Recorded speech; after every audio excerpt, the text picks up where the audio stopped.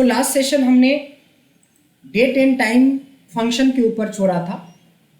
It was date and time function, जिसमें हमने बात करी थी कि हमारे पास अगर एक कोई डेट हो या कोई डेट के साथ टाइम हो, लाइक नाउ, तो इस एक डेट और टाइम से हम लोग day function, month, year, hour, minute, second, weeknum and weekday का यूज कर सकते हैं। इसके अलावा हमने सीखा था डेट और टाइम एक ऐसा फंक्शन है जिसमें हम डेट एंड टाइम को क्रिएट भी कर सकते हैं।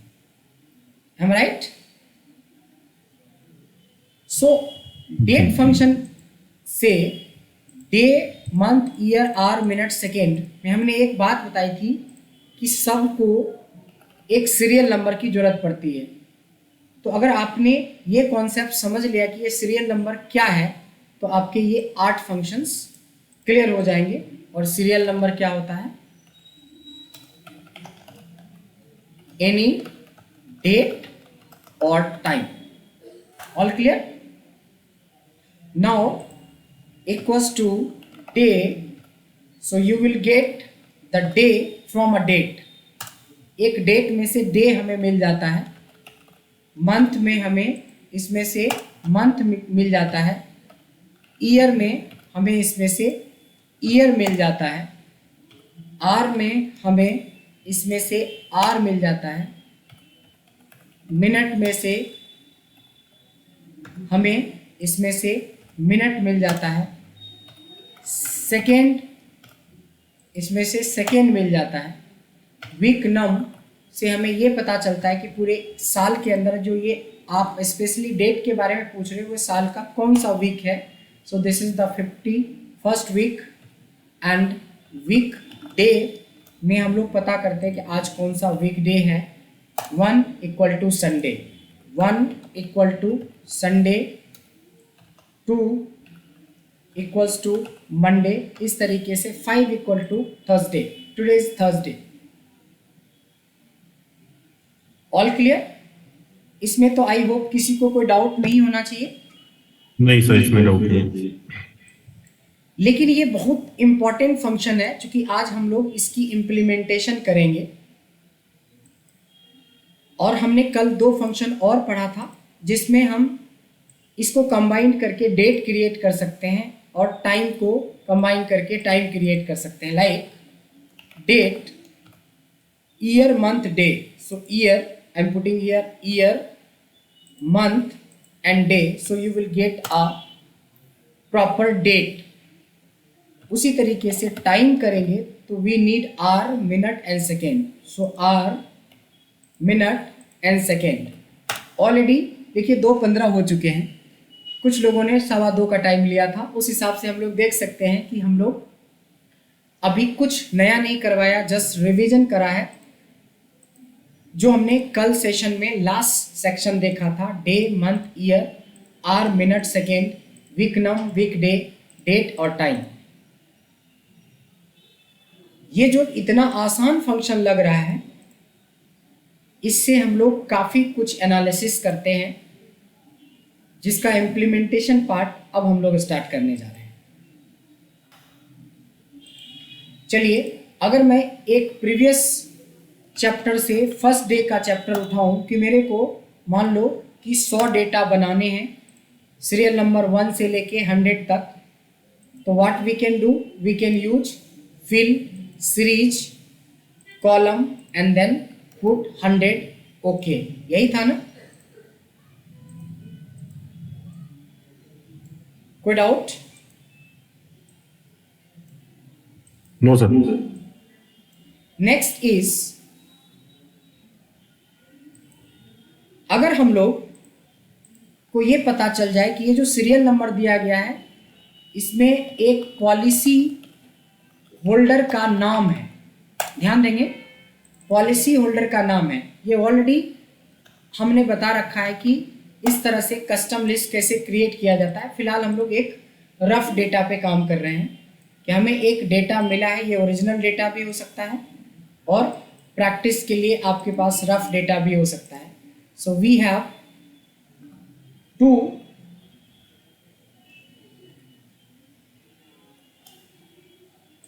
section.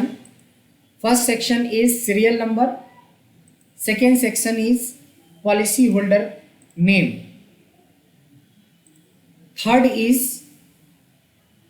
tenure. ध्यान देंगे, tenure मतलब year, month and day. We have a data mentioning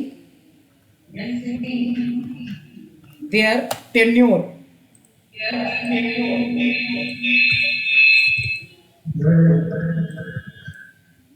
please mute कर लें आप लोग जिनके तरफ से डिस्टरबेंस है.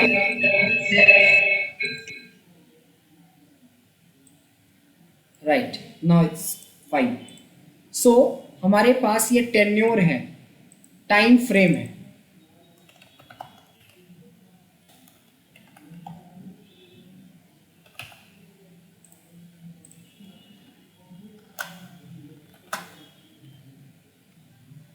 ये जो हमारे पास डेटा है, इस डेटा को आपने समझा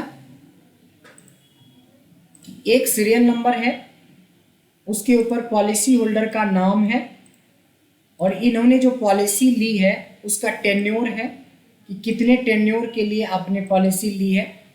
दैट इज 10 साल 1 महीने 3 दिन के लिए. और सबसे इम्पॉर्टेंट डेट है ये पॉलिसी डेट. अब देखिए यहाँ पे एक इम्पॉर्टेंट चीज सिखा रहा हूं कि हमने रैंड बिटवीन का यूज सीखा था.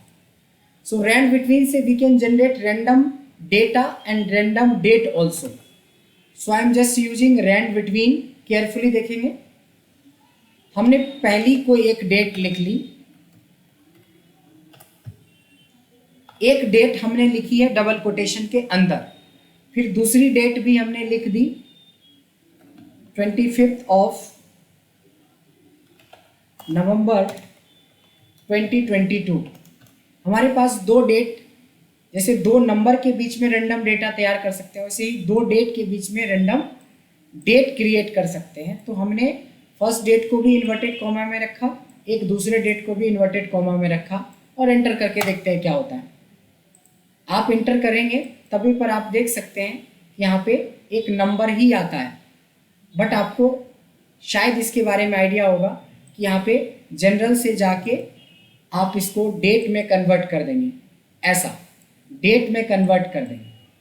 डेट में कन्वर्ट करने के बाद डबल क्लिक करेंगे तो बहुत सारा रैंडमली डेट तैयार हो गया जो रैंड बिटवीन का फीचर था. बट रैंड बिटवीन से हमें क्या होता है, बार बार डेटा चेंज होता है. तो एक छोटा सा फंक्शन है paste special, copy paste special and then value करके इस डेटा को हमने फ्रीज कर लिया. सपोज ये हाइपोथेटिकल डेटा भी हो सकता है, यानी प्रैक्टिस के लिए भी हो सकता है, और हो सकता है कि ये रियल टाइम में आपको डेटा मिला हो, आपको इसके ऊपर एनालिसिस करनी है. क्वेश्चन है, एक पॉलिसी होल्डर का नाम है ब्रजेश. इन्होंने एक पॉलिसी ली थी आज के दिन, आज ही के दिन हमने एक पॉलिसी खरीदी है. 15 ऑफ दिसंबर को एक पॉलिसी हमने खरीदी है. ध्यान से देखेंगे तो हमें पता करना है कि इसका मैच्योरिटी डेट क्या होगा. So we have to find maturity date. Maturity date हमें पता करना है. आप कोई भी आप जने में से एक भी जने जिनको कॉन्फिडेंस है वो हमें बता सकते हैं कि इनकी मैच्योरिटी डेट क्या होगी. हमने आज के दिन एक पॉलिसी ली है, इसमें 1 साल 1 महीने 1 दिन जोड़ना है, तो जो जोड़ के दिन होगा वही हमारी मैच्योरिटी डेट होगी. एनी ऑफ यू, कोई भी आप में से कोई भी जो जवाब देना चाहते हैं वो जवाब दे सकते हैं अनम्यूट करके. This is open question for all.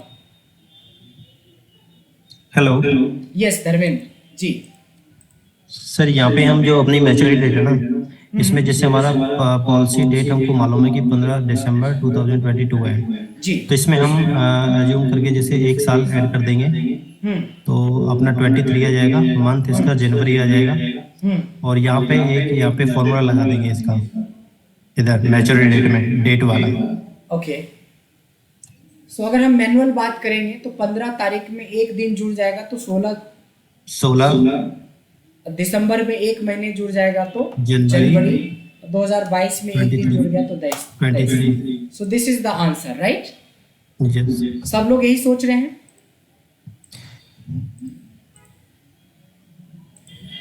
जिसने भी ये सोचा वो सब सही है, लेकिन सिर्फ एक कंडीशन के लिए, क्योंकि आपके पास अभी तो मैंने 100 डेटा दिया, ये लाखों डेटा हो सकता है, 10 लाख डेटा हो सकता है। क्या हम मैनुअल इस तरीके से कैलकुलेट करेंगे?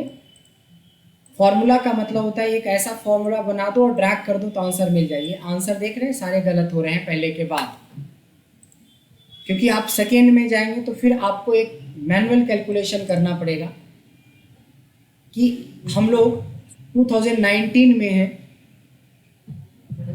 और 9 साल इसमें ऐड होना है, 10 महीने ऐड होना है, 8 दिन ऐड होना है, तो 3 दिसंबर में 8 दिन ऐड हो जाएगा तो 11 दिसंबर तो हो गया, लेकिन 11 दिसंबर में 10 महीने जोड़ना है, फिर 9 साल जोड़ना है। कितना कॉम्प्लिकेटेड होगा आप इसी से अंदाज़ा लगा लें कि अगर आप ये मैनुअल मेथड जो आपने सोचा या जिस बेसिस पे आपने ये आंसर किया, क्योंकि ये मैंने जान के ये आंसर आसान दिया ताकि आप सोच पाओ कि साल को साल में जोड़ना था, मंथ को मंथ में जोड़ना था और ईयर को ईयर में जोड़ना था, आंसर आ गया। वही काम यहाँ करेंगे तो बहुत लॉन्ग लगेगा। अगर आपके पास 10 लाख डेटा है, अगर 2 मिनट भी लेते हो तो 20 लाख, आप समझ रहे हो कि 20 लाख मिनट चाहिए आपको इसका आंसर करने के लिए। और 20 लाख मिनट का क्या मतलब होता है? 20 लाख डिवाइडेड बाय 60, इतने आवर्स आपको चाहिए, और इतने आवर्स डिवाइडेड बाय 8 घंटे लोग काम करते हैं, कम से कम 4166 दिन चाहिए।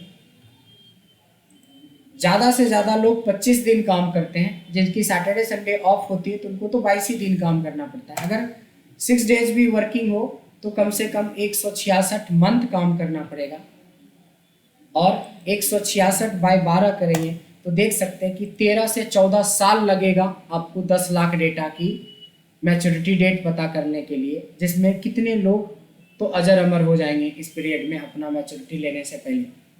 अगर आपको यही नहीं पता है कि उसको मैच्योर करके पैसे कब रिटर्न करना है, अगर आप बैंक हो, LIC एजेंट हो या LIC के एक अच्छे पोस्ट पे आप हैं, तो आप अपने क्लाइंट को तो सही टाइम पे मैच्योरिटी भी तो रिटर्न करेंगे। जब आपकी रिजल्ट ये रिपोर्ट ही बन के आएगा 13 साल के बाद, 14 साल के बाद, तो इसमें तो कितने लोग शहीद हो चुके रहेंगे। सो इतना टाइम किसी कंपनी में अगर 10 लाख डेटा रहेगा तो वो लगेगा, अगर आपके पास ये वाला कॉन्सेप्ट नहीं है कि इसको हम कैसे मिनट और सेकेंड्स में ख़त्म कर सकते हैं। प्रैक्टिकली इतनी बात तो पता चल ही गई होगी कि जो हमने अभी बात करी है वो क्या है। धर्मेंद्र जी, ये बात समझ में आया? हाँ सर, कि दिस इज जेन्युइन डेटा। ये हमारे पास अभी हाइपोथेटिकल प्रैक्टिस के लिए डेटा आपके सामने बनाया है, but the situation is very genuine. जितनी भी LIC की कंपनी होगी उसके पास 1 लाख क्या, 10 लाख क्या, 20-20 लाख पॉलिसीज चलते रहते हैं पूरे साल। तो उस पॉलिसी को कभी भी हम अगर मैनुअल निकालने बैठेंगे तो 10, 12, 15 साल तक भी लग सकता है 10 लाख डेटा में।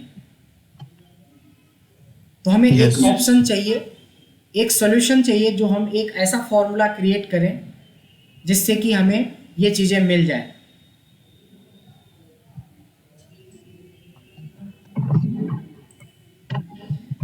ठीक है, ध्यान से देखेंगे कि मैं क्या करने जा रहा हूँ। हमने जब ये वाली शीट पढ़ी थी तो कितना आसान लग रहा था कि डेट में ईयर दे दो, मंथ दे दो, डे दे दो। ये मैच्योरिटी डेट भी तो एक डेट ही तो है। आपको क्या लिखना चाहिए? डेट लिखना चाहिए। अभी जब हमने मैनुअल कैलकुलेशन किया था तो क्या किया था? 2022 में एक साल जोड़ के 2023 किया था। तो क्यों नहीं डायनेमिक करें। ईयर जो है, मैं बोलता हूं कि तुम अपने पॉलिसी डेट में से ईयर निकाल लो और जितनी साल की पॉलिसी है उसको जोड़ दो, यानी 2022 प्लस 1 2023। उसी तरह से मंथ फंक्शन लगा के इसमें से मंथ निकाल लिया और इसमें ये वाला हमारे डेटा का मंथ जोड़ दिया। उसी तरह से डे एक फंक्शन था जो इसमें से हमें डे निकाल के दिया और इसमें से हमने ये डे को जोड़ दिया। कोई डाउट है ये क्या किया हमने? सारे लोग इंटरेस्ट लेंगे? नो सर, देख रहे हैं। समझ में आया। क्या चीज समझ में आया सर, मैं इसी फॉर्मूले के लिए बात कर रहा था, but I don't know how to use this formula. Exactly, but हमें सेम आंसर मिला, बट अब डायनेमिक मिला। अब अगर हम लोग डबल क्लिक करते हैं तो we will get the correct answer for all data, whether they are 5 lakhs 10 lakhs और 15 lakhs, सबके लिए सारे आंसर सही हैं। यानी कि जो काम आपका 13 साल में हो रहा था वो हमारी 13 सेकेंड्स में हो सकता है। This is the power of formula. अभी तक आप फंक्शन पढ़ रहे थे कि डे एक फंक्शन होता है, मंथ एक फंक्शन होता है, ईयर एक फंक्शन होता है, डेट एक फंक्शन होता है, बट उसी डेट के अंदर जब हमने और 3 फंक्शंस को मर्ज किया तो ये जो बन गया ये हमारा एक फॉर्मूला बन गया। और ये फॉर्मूला कोई साधारण फॉर्मूला नहीं है। आपके नॉलेज में जितने भी प्रोफेशनल होंगे जो डेटा या एक्सेल जानता होगा, आप उनसे पूछिएगा, 99% मैं गारंटी देता हूँ कि 99% लोगों के पास इस क्वेश्चन का डायनेमिक जवाब नहीं होगा जो अभी आपने सीखा है। आप क्रॉस चेक कर सकते हैं एक बार। आप अपने जो लोग आईटी में हैं, जो लोग डेटा पे ज़्यादा खेलते हैं, उनसे पूछिएगा, उनके पास भी ये जवाब नहीं होगा। जबकि दिस इज़ वेरी सिंपल, बिल्कुल सिंपल है। ऐसा कुछ नहीं कि बहुत कॉम्प्लिकेटेड है कि कोई नहीं कर सकता। एवरीबडी कैन डू दिस आराम से। डेट फंक्शन के अंदर हमने ईयर डाला, मंथ डाला और डे डाला। ईयर को ईयर के साथ मर्ज किया, मंथ को मंथ के साथ। जो हम मैनुअल सोच रहे थे उसी को अंडर फॉर्मूला हमने फिट किया और हमारी आंसर्स मिल गई। कोई डाउट? No sir. अच्छा, एक क्रॉस क्वेश्चन है मेरा इसी पे जी। और बड़ा सिंपल सा क्रॉस क्वेश्चन है। अगर मैं बोलूं एक इंडस्ट्री का नाम बताएं जिस इंडस्ट्री के पास अगर ये फंक्शन नहीं होता या जिसको ये फंक्शन लगाने नहीं आता है, वो इंडस्ट्री बहुत ज़्यादा तकलीफ में आ सकता है। तकलीफ में आने का मतलब वही है कि जो काम हम 13 सेकेंड में किए हैं उसी के लिए आपको 13 साल भी लग सकता था। इतनी बात तो समझ में आ गई कि इतना डिफरेंस हो सकता है फॉर्मूले होने और फॉर्मूले नहीं होने के बीच में। क्या अगर मैं एक इंडस्ट्री की बात करूं, कोई एक इंडस्ट्री का नाम बताएं। सर मेजरली तो इंश्योरेंस कंपनी ही है जहाँ पे एग्जैक्टली। सबसे पहली बात करें, इंश्योरेंस की कंपनी जितनी भी है वैसी कंपनी वाले को ये वाला चीज चाहिए किसी भी हालत में, अदरवाइज उनके एम्प्लॉय कितना टाइम वेस्ट करता होगा इसका बहुत अच्छे से आप अंदाजा लगा सकते हैं।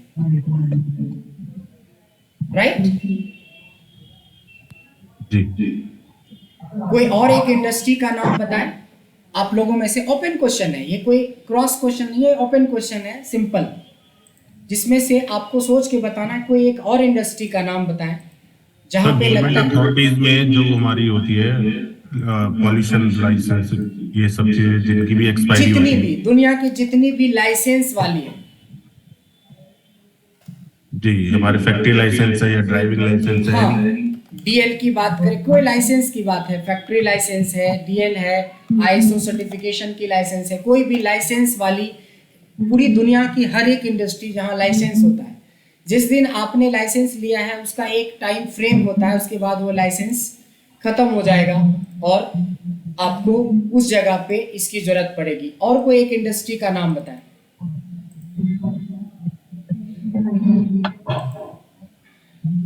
आपकी अपनी इंडस्ट्री, मैन्युफैक्चरिंग एजेंसी, आप अगर एक वाइन क्रिएट बना रहे हो तो वो एक्सपायर नहीं होगा, उसमें डेट ऑफ मैन्युफैक्चरिंग बनता है और डेट ऑफ एक्सपायरी बनता है।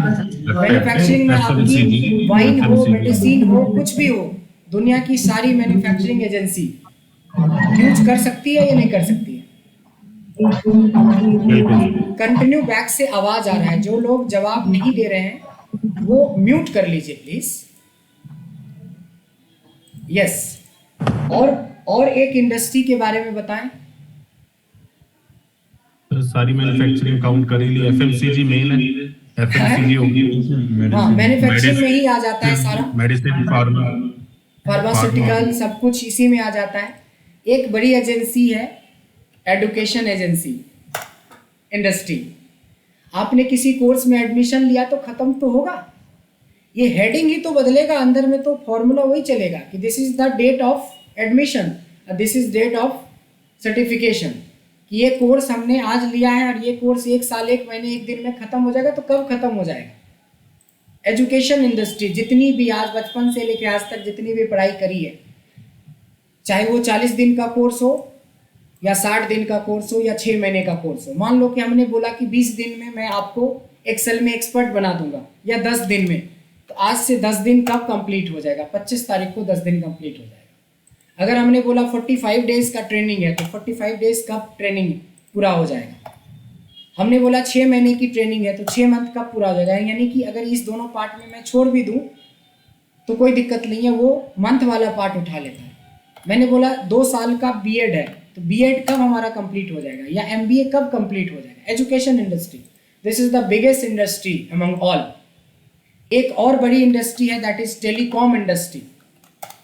आप रिचार्ज करवाते हो, आप बोलते हो कि 1 महीने की रिचार्ज करवा दो, तो 1 महीने आज हमने रिचार्ज करवाया, किस दिन आपकी लास्ट आउटगोइंग सेवाएं बंद हो जाएगी? रात में 11:59 में।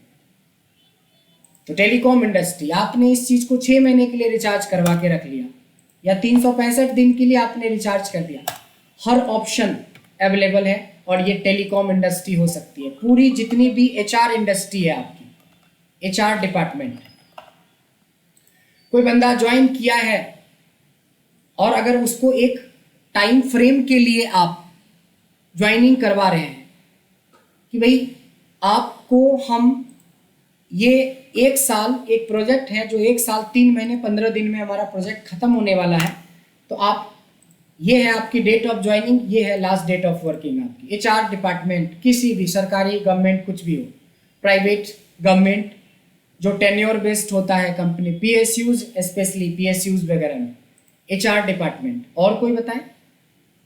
सीधा सा बात है, दुनिया की हर एक इंडस्ट्री, कोई ऐसी इंडस्ट्री नहीं है जहां पे इस फॉर्मूले के बिना काम चल जाए। और अगर आज भी वो इंडस्ट्री या वो लोग काम करने वाले इस फॉर्मूले को नहीं जानते हैं तो आप अंदाज़ा लगा सकते हैं कि आप कितना टाइम वेस्ट करते हैं अपना और कंपनी का। This is the power of formula, this is the power of formula. सवाल उठता है कि जो हमने सीखा उसको कहाँ हम इम्प्लीमेंट कर सकते हैं। वो सारा का सारा डिपेंड करता है आपकी इम्प्लीमेंटेशन पे कि आप इस लॉजिक को कहाँ आप इम्प्लीमेंट करेंगे। यस महिमा, आपकी कुछ क्वेरीज है? हेलो जी। यस, मेरी एक क्वेरी है। जैसे हमारा, अगर हमें ये डेट ऑफ रिटायरमेंट निकालना हो किसी एम्प्लॉय का, तो उसमें हमारा कैसे हम करेंगे? मतलब डेट ऑफ ज्वाइनिंग है आपके पास, डेट ऑफ ज्वाइनिंग होगी, हाँ। और आपके पास उनका टाइम फ्रेम भी होगा। टाइम आपने उनको कितने दिन के लिए हायर किया है, ये है? नहीं, हमारा जैसे क्या होता है आपके पास, क्या होता है? हमें सिर्फ उसके ये लाइक जैसे हमारा कोई एम्प्लॉय है, उन्होंने ज्वाइन किया है, ठीक है, आज ज्वाइन किया है, तो रिटायरमेंट किस बेसिस पे आप लेंगे उसका? मतलब 58 के बाद हमने रिटायर करना है उनको, तो उनकी डेट ऑफ ज्वाइनिंग को कैसे हम इसमें करेंगे? 58 ईयर में रिटायरमेंट है। अच्छा, 58 ईयर्स में रिटायरमेंट होगी। 58 ईयर उनकी एज होगी, एज, हाँ, यस, अकॉर्डिंग टू एज। ठीक है, बहुत बढ़िया क्वेश्चन है। सपोज इसी एग्जाम्पल को हम लोग थोड़ा सा एक अलग सीट पे लेते हैं इम्प्लीमेंटेशन पॉइंट ऑफ व्यू से, कि this is date of joining. इसको हम लोग डेट ऑफ ज्वाइनिंग बोल देते हैं, और इसको हम रख लेते हैं डेट ऑफ बर्थ, क्योंकि डेट ऑफ बर्थ सारे एम्प्लॉय का हमें चाहिए होगा ना। 58 ईयर कैसे कंसीडर करेंगे, कैसे कैलकुलेट करेंगे 58 ईयर का बंदा हो चुका है या 60 का हो चुका है या जो भी आपके पैरामीटर्स है, तो हमें डेट ऑफ बर्थ चाहिए। मान लो कि जो बंदा 25 दिसंबर 1995 25 ऑफ दिसंबर 1995 को पैदा लिया था और हमारी 58 साल की वो है टेन्योर है कि 58 साल में हमें इसको रिटायरमेंट देना है, तो सबसे पहले 58 साल कैसे पूरा हो। लेकिन एक कंपनी का टेन्योर रहेगा ना 58 year, not in from birth. नहीं, वही तो आप उसकी एज 58 पे उसको रिटायर करेंगे ना। ये जो है ना एज लिमिट है, एज लिमिट है कि आप मान लो कि 40 में ज्वाइन करोगे तो 18 साल नौकरी होगी। 18 साल बाद, यस एग्जैक्टली 20 में नौकरी कर रहे हो तो आपके पास 38 साल की नौकरी बचती है, तो एज लिमिट है, this is age limit, right. तो एज लिमिट कैसे पता चलेगा, जब तक हमारे पास डेट ऑफ बर्थ नहीं रहेगा तो कैसे हम उसको, हमें एक चाहिए होगा एज लिमिट के साथ साथ चाहिए होगा उनका डेट ऑफ बर्थ। अब एक चीज है हमारे पास, इन दोनों के अलावा है हमारे पास डेट ऑफ ज्वाइनिंग उनकी। तो सबसे पहले तो ये निकालना पड़ेगा कि 58 साल जो है 58 ईयर ये कब पूरा हो जाएगा, यानी 58 साल आज से जो बंदा जिसकी डेट ऑफ बर्थ जो है 25 को है, ये वाली चीज देखिए, यही चीज यहां पे यूज होगा, ध्यान देंगे यहां पे मैं डाल रहा हूं, ये है इनका डेट ऑफ बर्थ। ये डेट ऑफ बर्थ के हिसाब से आप बोल रहे हो कि डेट ऑफ बर्थ में अगर ये 58 साल 58 ईयर्स को हम लोग जोड़ते हैं, ये देखिए 58 ईयर को जोड़ते हैं तो इनकी रिटायरमेंट कब होगी, 25 ऑफ दिसंबर 2053 में। तो हमें किसकी जरूरत पड़ेगी, एक डेट ऑफ ज्वाइनिंग के साथ साथ हमें डेट ऑफ, अब यहां पे आ गया कि हमें इतने इस तारीख को वो रिटायर कर जाएगा बंदा, 58 साल का पूरा हो जाएगा। अब आता है कि ये दोनों के बीच में ये पूरा का पूरा 58 साल वर्क थोड़ी ना किया है, वर्क तो उन्होंने 15 दिसंबर 2022 से शुरू करा है।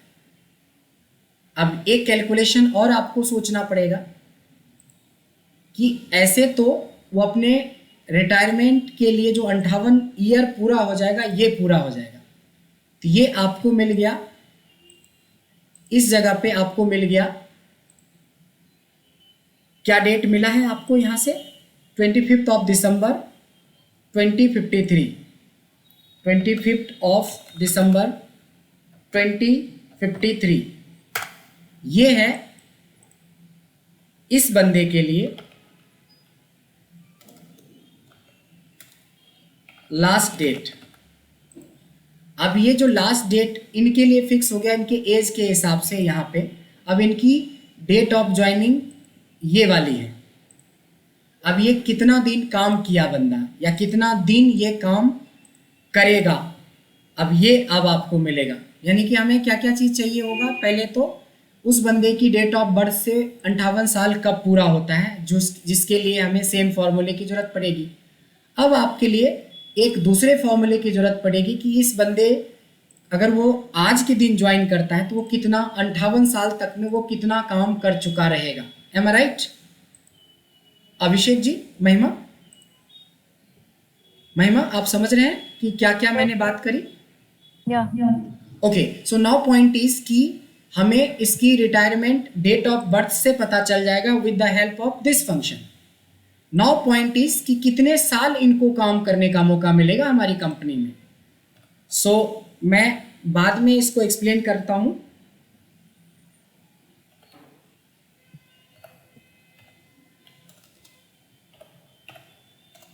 ये मैं बाद में एक्सप्लेन करता हूँ, सिर्फ मैं आपको अभी दिखा देता हूँ कि ये बंदे की working, this is the start date, this is the end date and this is the format. This is the start date, this is the end date and this is the format. ये बंदे, जो बंदा आपके यहाँ 15 दिसंबर यानी आज के दिन ज्वाइन करेगा ना आपकी कंपनी में, अगर वो लास्ट तक काम करता है, जिसकी एज लिमिट की गई है 25 दिसंबर 2000, तो उनको 31 साल 10 दिन काम करना पड़ेगा. ये कैसे निकाला है, ये चीज़ें नेक्स्ट फंक्शन में सीखेंगे. मैं कोई और बंदे की बात करता हूँ जिसने 2 जुलाई को आपकी कंपनी ज्वाइन किया है और उसका मान लो कि डेट ऑफ बर्थ सेम ही है, तो उनको 32 ईयर्स 5 मंथ्स एंड 23 डेज काम करना पड़ेगा. I guess you are looking for this महिमा.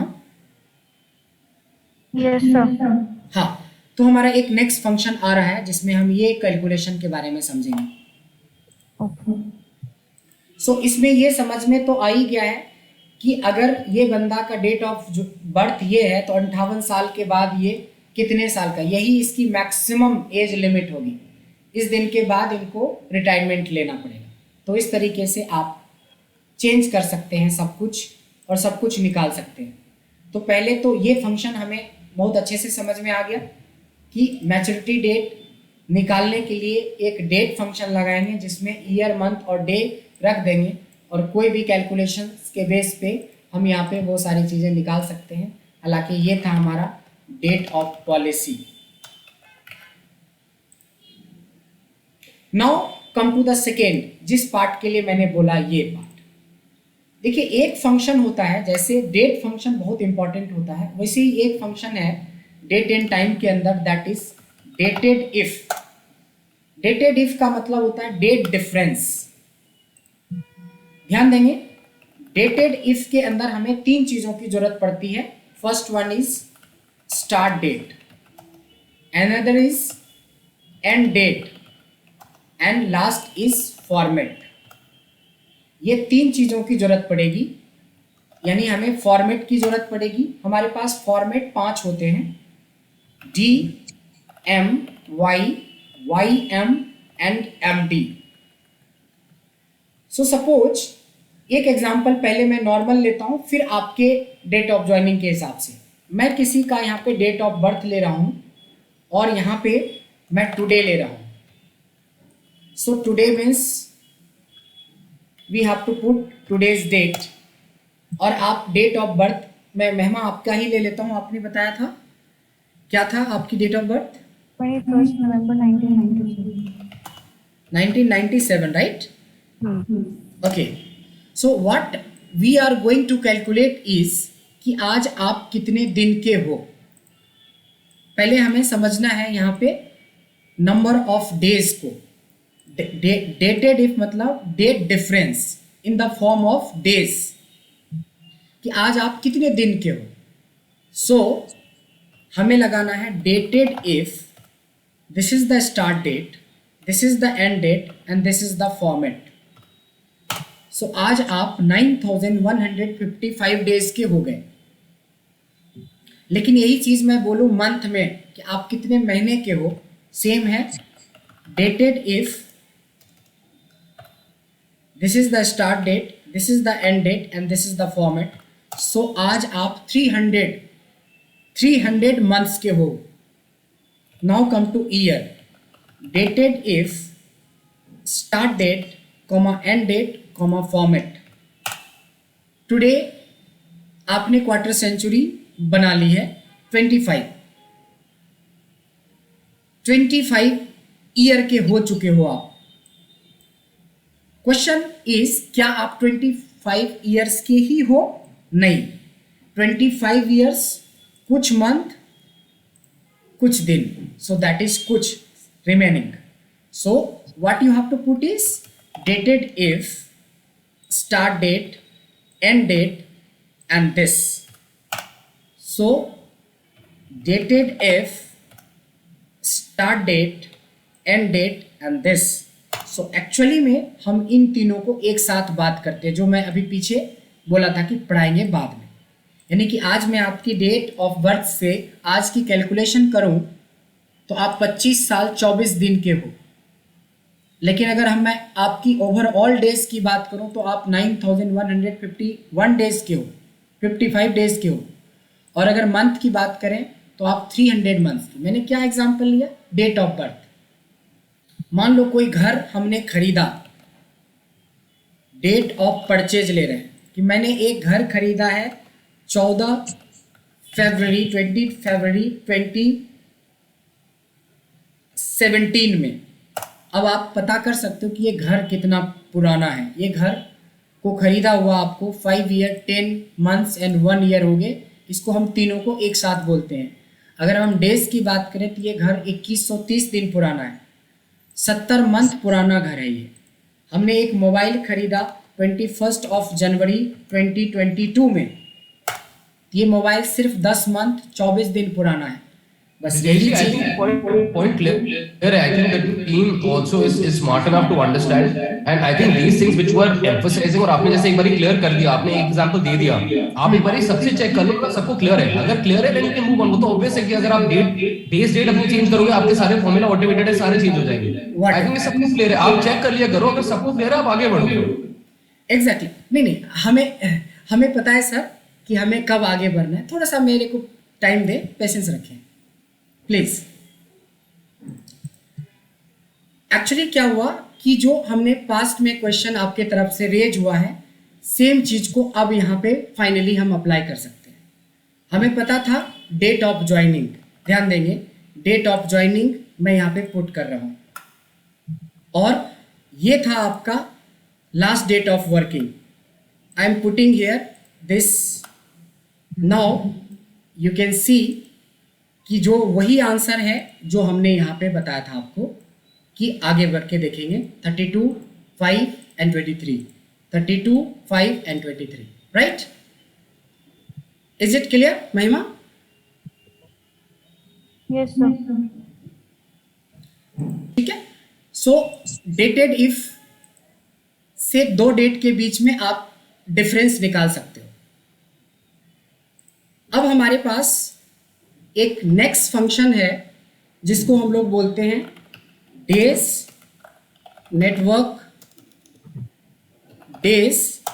And network days dot INTL। ये 3 स्पेशल ऐसे फंक्शन हैं डेट एंड टाइम से रिलेटेड, जो specially number of working days calculation के लिए यूज होता है। इंडस्ट्री के अंदर नंबर ऑफ वर्किंग डेज के लिए यूज होता है। सो यहाँ पे हमारे पास 2 डेट की जरूरत पड़ेगी, same date of joining and suppose still you are working, then this is the 14th Jan 2021 and equals to today, this is the today's date.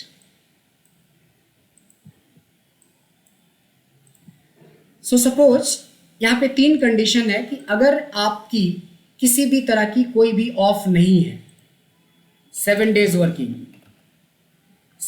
Working condition है आपका, तो आपको डेज फंक्शन यूज करने हैं equals to days end date comma start date, that's it. 700 days हो गया इस बंदे को इस कंपनी में काम करते हुए, 7 डेज हो गया। कंडीशन ये है कि इनको किसी भी तरह का ऑफ नहीं मिलता है। जैसे गार्ड की नौकरी में जितने भी आर्मी में हैं लोग, जो पुलिसमैन हैं, इमरजेंसी सर्विसेज है, उनको एक स्पेशल छुट्टी मिलती है, ब्रेक मिलता है। बट उन लोग 7, ऐसा नहीं कि उनका सैटरडे संडे कुछ परमानेंट ऑफ टाइप का या संडे टाइप का ऑफ टाइप का नहीं होता। सो ऐसे जितने भी डिपार्टमेंट हैं दुनिया में, जितने भी लोग हैं, उनके लिए डेज फंक्शन अप्लीकेबल रहेगा। जो सबसे मोस्ट कॉमन है वो है नेटवर्क डेज।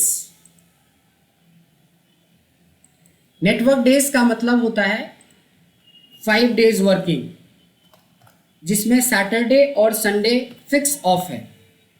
सपोज आपको कैलकुलेट करके निकालना है कि हमें 2 दिन के बीच इस दो डेट है हमारे पास, डेट ऑफ ज्वाइनिंग है और टुडेज डेट है, इस बंदे को कितने दिन इन्होंने काम किया। वैसे तो ये कंपनी से 700 दिन से 700 डेज से जुड़े हुए हैं, बट हाउ मेनी डेज जो कि इनकी वर्किंग डेज होगी।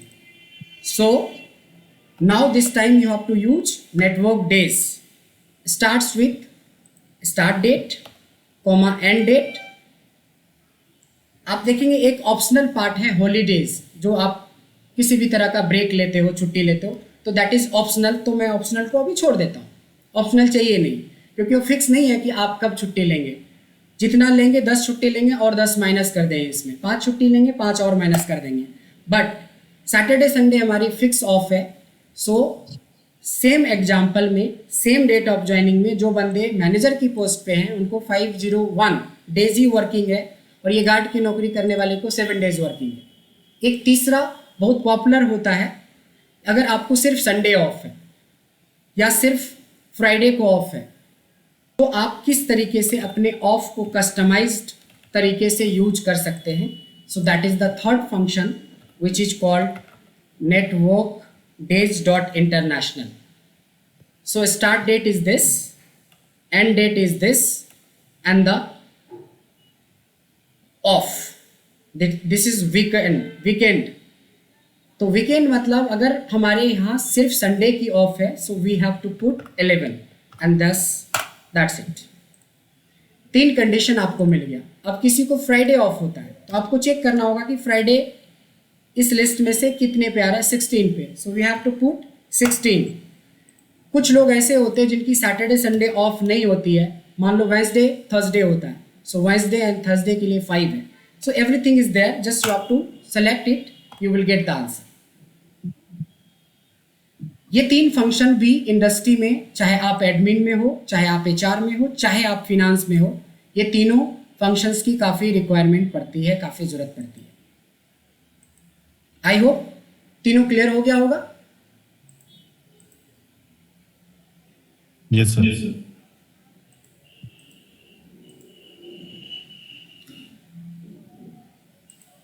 डन। कोई डाउट?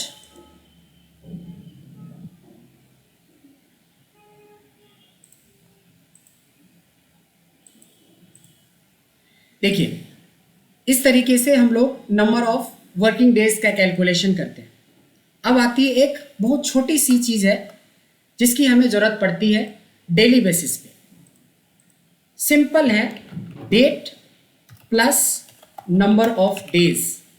एक होता है date minus number of days, एक होता है date 1 minus date 2।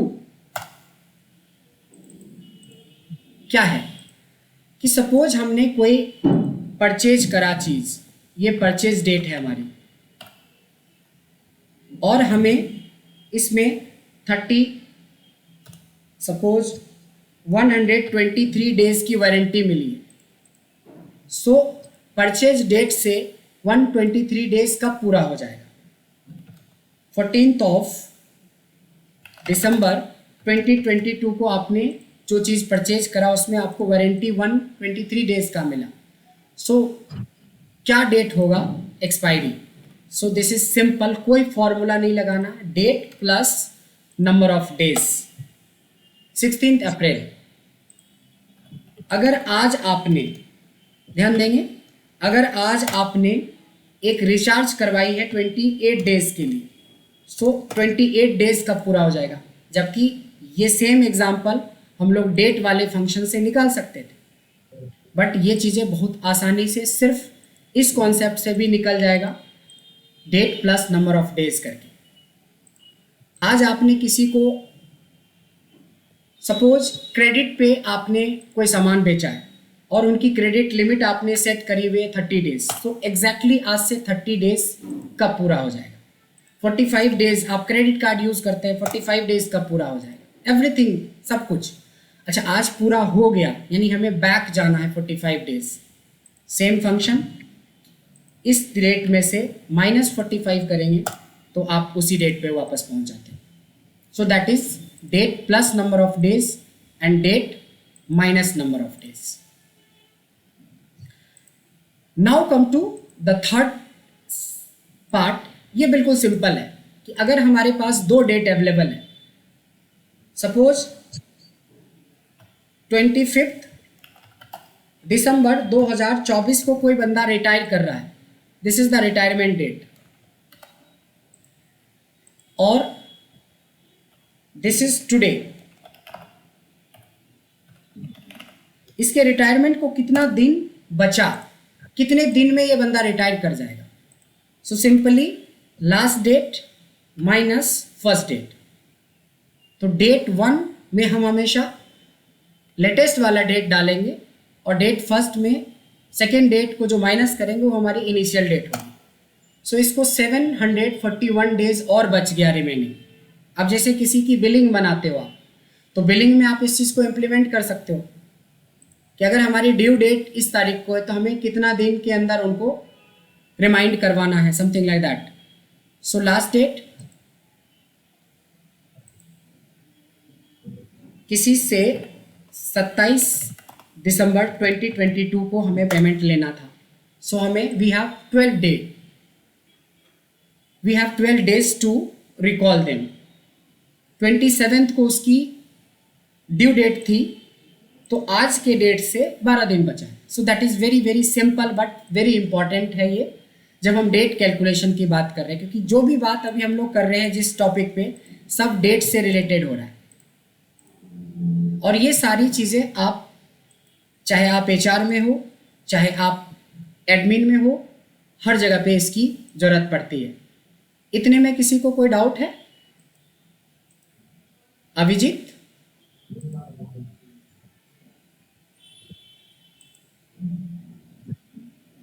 Abhijit? Yes, 1 second, मेरा कॉल चल रहा था। ओके और मैं बोला मैं कर दूं। No problem. धर्मेंद्र, कोई डाउट? Dharmendra, any doubt?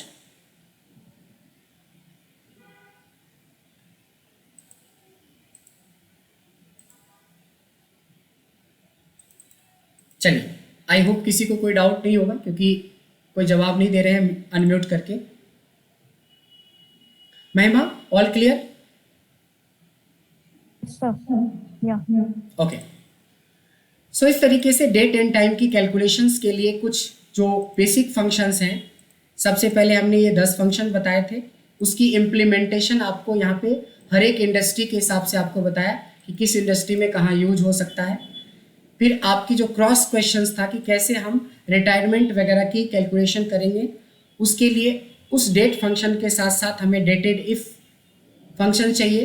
अगर आप किसी दो डेट के बीच में कैलकुलेशन कर रहे हैं वर्किंग डेज को लेके, तो ये 3 फंक्शन का और ये कुछ बेसिक 2-3 फंक्शन, ये 15-16 फंक्शंस हैं जो काफ़ी इंपॉर्टेंट होता है जब भी आप डेट एंड टाइम से रिलेटेड। और इसमें से सबसे इम्पॉर्टेंट अगर मैं 5 फंक्शन की बात करूं, तो ये 3 फंक्शन को बहुत अच्छे से याद रखना है, डेटेड इफ को बहुत अच्छे से याद रखना है, इसकी बहुत ज़रूरत पड़ती है, and date, obviously date is the most important, क्योंकि डेट से तो काफ़ी कोई इंडस्ट्री ही नहीं है जिसमें हमें डेट का ज़रूरत नहीं पड़ेगा।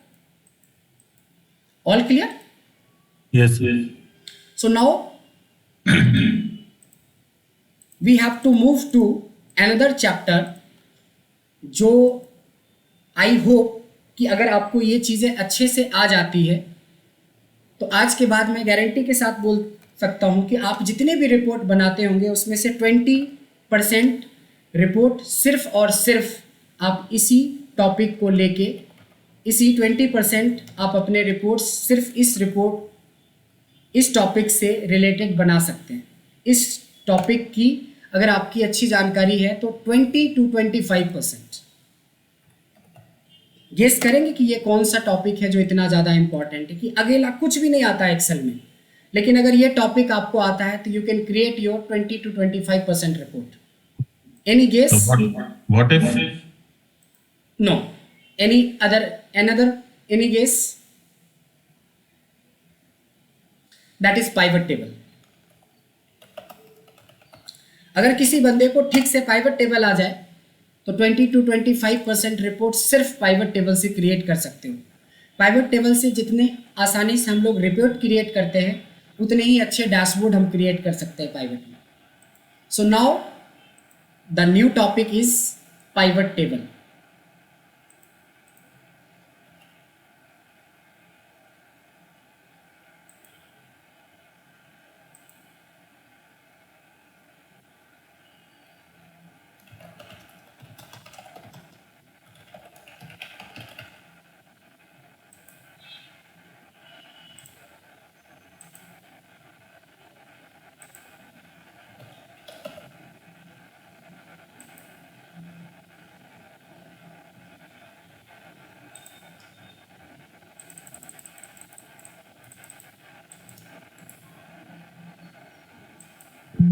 चलो, जब हमने इंट्रोडक्शन सेशन लिया था डे 1 पे, तो आप लोगों ने सब लोगों ने मोटा मोटी 80% लोगों ने बताया था कि you are aware with the pivot table.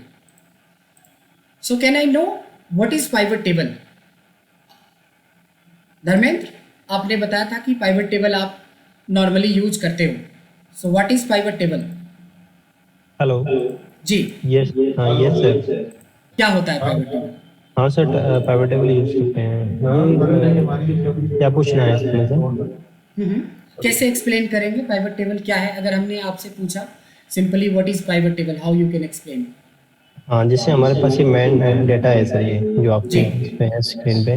बिल्कुल। सपोज दैट हमको ये अभी जो सेल्स पर्सन है, इसका मुझे सिटी वाइज मुझे आइडेंटिफाई करना होगी कौन सा परचेज पर्सन के पास मेरा कौन सा सिटी है, जी, तो ये उससे इजीली आइडेंटिफाई कर सकते हैं। Very good, very good. So उसमें what is addition pivot table, how you can, ये दिस इज कॉल्ड, इसको बोलते हैं प्रैक्टिकली बताना। डेफिनेशन बताएं तो पाइवट टेबल इज ये हमको मतलब एक समराइज डाटा को, मतलब एक रोल डाटा को एक समराइज करके हमारे सामने प्रेजेंट करता है very good, very good. As per our requirement. Any कुछ अदर चीज जोड़ना चाहेंगे महिमा इसके अंदर? पाइवट टेबल आप भी यूज करती हैं, I hope. Any addition? We can get the data, like summarized data from a raw or cluster data in a very presentable form, or like what we want from the data, like the main things. Exactly, exactly. So both are correct. So मैं यहाँ पे थोड़ा सा और अच्छे से इसको explain कर रहा हूँ कि पाइवट टेबल का मतलब होता है टू समराइज और analyse your data. If you are able to summarise your data तो definitely you can analyse the things. कहाँ ज़्यादा हो रहा है, कहाँ कम हो रहा है, क्यों कम हो रहा है, क्यों ज़्यादा हो रहा है, क्यों कम हो रहा है। सो that is called analysis. So with the help of pivot table we can summarize or analyze our data. So data can be raw data or systematic data or any data. So we can summarize or analyze our data. So हमें ये पता चल गया कि actually pivot table है क्या चीज़। Point is how to create pivot table. Just you have to select your whole data, go for insert. There is a first option called pivot table. वैसे all DP short keys होता है, हम short keys पे अलग से बात करेंगे। Short keys है not a magic, short keys है अ प्रोसेस जहाँ पे आप माउस यूज नहीं करके आप कीबोर्ड का यूज करते हैं। बट इसके अंदर की कहानी तो समझने के लिए आपको कॉन्सेप्ट चाहिए, तो कॉन्सेप्ट पहले सीखना है, then short keys is a very small thing. वो 10 मिनट में आप सीख जाएंगे सारे शॉर्ट कीज। तो पाइवट टेबल जब आपके सामने बन के आता है, क्या किया था हमने? डेटा को सेलेक्ट किया था, सेलेक्ट करने के बाद insert and then pivot table and then okay किया था यहाँ पे, तो एक पाइवट टेबल बनके तैयार हो जाता है। सो पाइवट टेबल जो ये बनके तैयार हुआ है, इसको समझना है कि ये जो पार्ट है ना, जो यहाँ पे दिख रहा है, जहाँ पे हमारी रिपोर्ट्स बनती है, that is called pivot case and this is called pivot table fields. इस फील्ड में हमारे पास 5 सेक्शंस होते हैं। फर्स्ट सेक्शन में ध्यान देंगे कि ये वही है जो हमारी मेन डेटा की हेडिंग्स थी। यहाँ पे फील्ड्स के अंदर देख सकते हैं कि ये हमारी हेडिंग्स है। इसके बाद हमारे पास 4 एरिया होता है, एक को रोज बोलते हैं, एक को कॉलम्स बोलते हैं, एक को वैल्यूज बोलते हैं और एक को फिल्टर बोलते हैं। सो सिंपली अगर आपको किसी ने बोला कि भाई पर्सन वाइज मेरे को टोटल सेल्स बताओ कि किस पर्सन ने टोटल क्या सेल्स करा है। कितना आसान है कि सेल्स पर्सन को आपको रो में डाल देना है और सेल्स को आपको कॉलम में डाल देना है, दैट्स इट। आपकी रिपोर्ट रेडी हो गई कि कितना फास्ट आप कोई भी रिपोर्ट जो अगर पाइवट के अलावा किसी मेथड को आप यूज करोगे तो मिनिमम 10 से 15 मिनट, मैक्सिमम 1 वीक का भी टाइम लग सकता है। इस चीज़ को पाइवट टेबल से हम लोग 2 से 3 सेकेंड्स में कर सकते हैं। This is the first power of pivot table. चलिए एक और एग्जांपल लेते हैं कि अगर मैंने सेल्स पर्सन को रो में रखा और सेल्स को हमने वैल्यूज में रखा, ये आप जो देख रहे हो कि दिस इज सिमिलर, दोनों सेम ही है। और अगर मैं चाहूँ तो सेल्स पर्सन को रो में नहीं रख के अगर हमने इसको कॉलम में रखा, अभी भी रिपोर्ट सेम है, सिर्फ इसकी विजुअलाइजेशन चेंज हो गई। फर्स्ट जो आपने बनाया था उसमें लेफ्ट साइड में आपका डेटा है, नेम है और उसके सामने उसकी सेल्स है। इस केस में क्या हुआ कि ऊपर उसकी नेम है और नीचे उसकी सेल्स है, that's it. This is the only visualization change हुआ। एक कॉलम वाइज दिखा रहा है, एक आपका रो वाइज दिखा रहा है। बट क्या लगता है कि इन दोनों में से ज़्यादा प्रेजेंटेबल कौन सा लगता है, रो वाइज और column wise? Mahima, row wise और column wise? Row wise. Exactly. अगर हम डेटा विजुअलाइजेशन की बात करें, डेटा को प्रेजेंटेबल वे में प्रेजेंट की बात करें, जो सामने वाले को अंडरस्टैंडिंग हो, सो हम लोग अगर रो का ज़्यादा यूज़ करेंगे तो ज़्यादा विजुअलाइज और ज़्यादा प्रेजेंटेबल लगता है कंपेयर टू हॉरिजॉन्टल। तो सबसे पहली चीज़ जो आपने की है उसमें आपने क्या देखा कि ये जो आप पाइवट टेबल क्रिएट कर रहे हो तो यहाँ पे 4 फील्ड है, जिसमें से 3 फील्ड का आप यूज कर चुके हो। रोज का यूज कर चुके हो, ये रो वाइज हमें समरी बना के देता है। कॉलम कर चुके हो, कॉलम वाइज बनाता है। वैल्यूज का यूज होता है कैलकुलेशन करने के लिए। Now we have to move to filter. हमें बोला गया है कि आपने जो हमें sales person wise total sum of sales दी है, इसमें से सिर्फ हमें दिल्ली का चाहिए, सिर्फ दिल्ली का बताओ। So what you have to do is city को फिल्टर पे रखेंगे। फिलहाल अभी ऐसा नहीं कि दिल्ली का ही बता रहा है, ये ओवरऑल बता रहा है।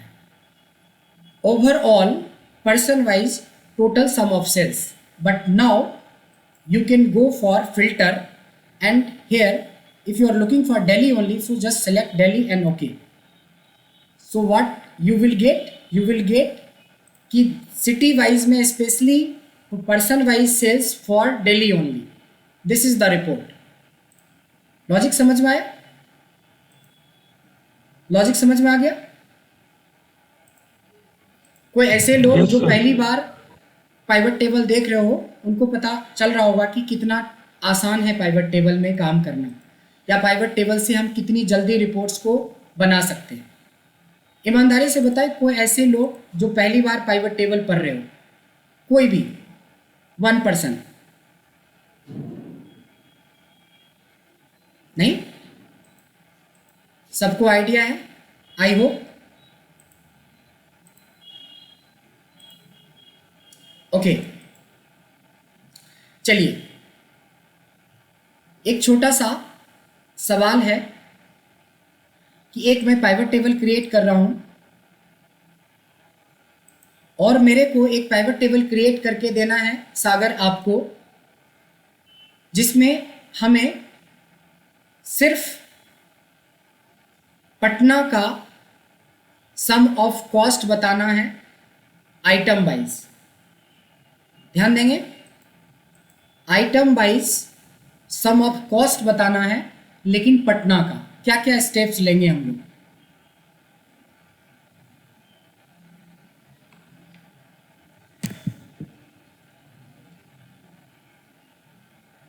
सागर आप हो?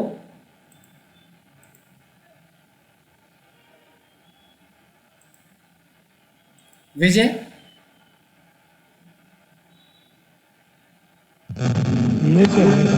बताएं इसका आंसर। बताएं इसका आंसर। नहीं, नहीं सर। ओके। धर्मेंद्र आप बता दें। हाँ जी सर बोलिए। क्वेश्चन था हाँ, item wise sum of cost for Patna. Item wise जी,